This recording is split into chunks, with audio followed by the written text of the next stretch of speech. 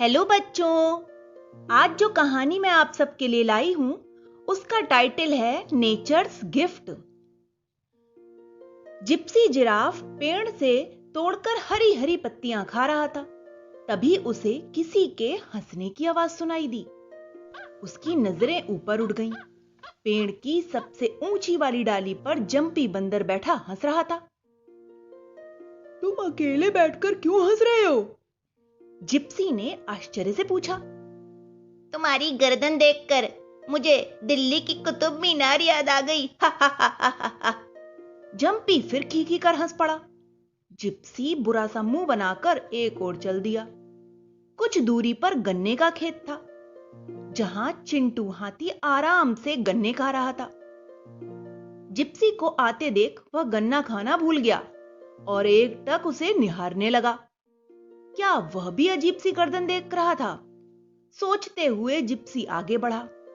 रास्ते में उसने पीलू हिरन, व्हाइटी खरगोश, नोटी भालू आदि सभी जानवरों को अपनी गर्दन को घूरते हुए ही पाया।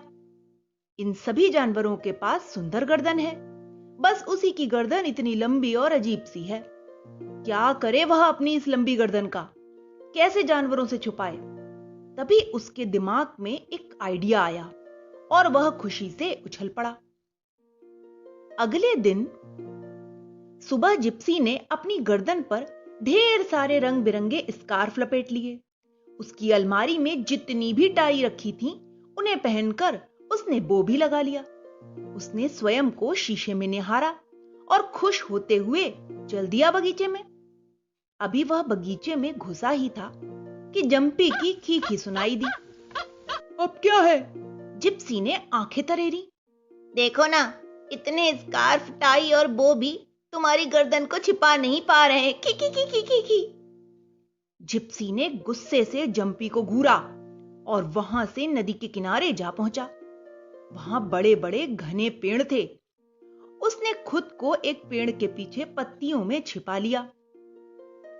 तभी वहां टिंग टिंग कछुआ आया। जिप्सी को पेड़ के पीछे खड़ा देख वह बोला, अरे जिप्सी, यहाँ क्यों खड़े हो? जिप्सी ने अपनी गर्दन से पत्तियां हटाई और उदास होकर बोला, मुझे अपनी गर्दन बिल्कुल पसंद नहीं।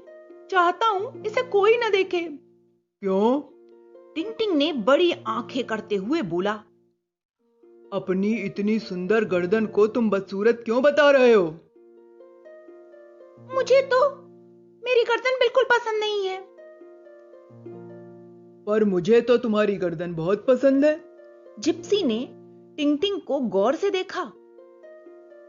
मैं सच कह रहा हूं दोस्त, मेरी गर्दन बहुत खराब है। नहीं नहीं, तुम्हारी गर्दन बहुत सुंदर और काम की है। तुम इससे पेड़ की ऊंची डालियों पर लगी पत्तियां आराम से खा सकते हो। अपने दुश्मन को भी दूर से देख लेते हो।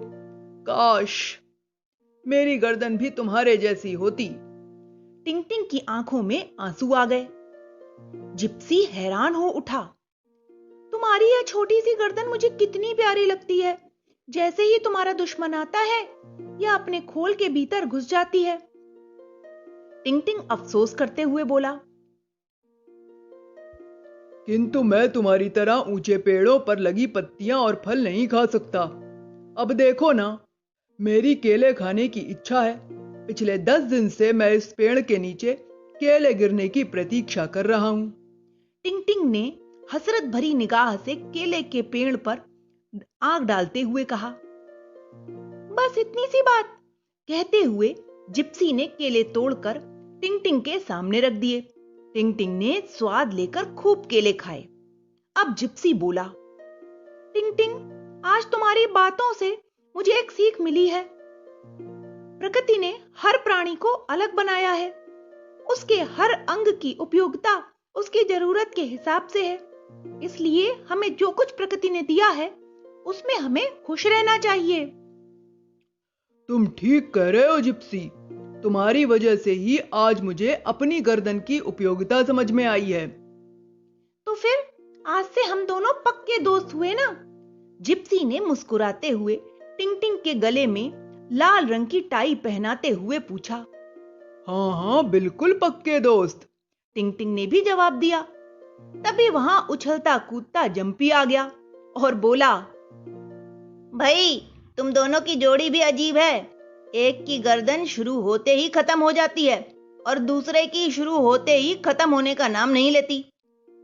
किंतु आज जिप्सी ने उसके मजाक का बुरा नहीं माना। हो कर हंसता हुआ वह टिंग का हाथ पकड़कर एक ओर चल दिया। लंबी गर्दन और छोटी गर्दन वाले इन दोनों दोस्तों से सभी जानवर अब बहुत प्यार करने लगे थे। तो बच्चों, इस कहानी से हमें यही शिक्षा मिलती है कि हमें प्रकृति ने जो कुछ भी दिया है उसमें हमें संतुष्ट रहना चाहिए। हर व्यक्ति, हर वस्तु इस प्रकृति में भिन्न प्रकार की है, कोई भी एक जैसा नहीं है। और जो दूसरे के पास वस्तु है, आवश्यक तो नहीं कि वो हमारे पास भी हो, और यदि वो वस्तु हमारे पास नहीं है तो हमें इसका अफसोस नहीं करना चाहिए, बल्कि जो हमारे गुण हैं, जो हमारी शरीर है और जो हमारी वस्तुएं हैं, उस पर हमें गर्व करना चाहिए और उसकी उपयोगिता को समझना चाहिए।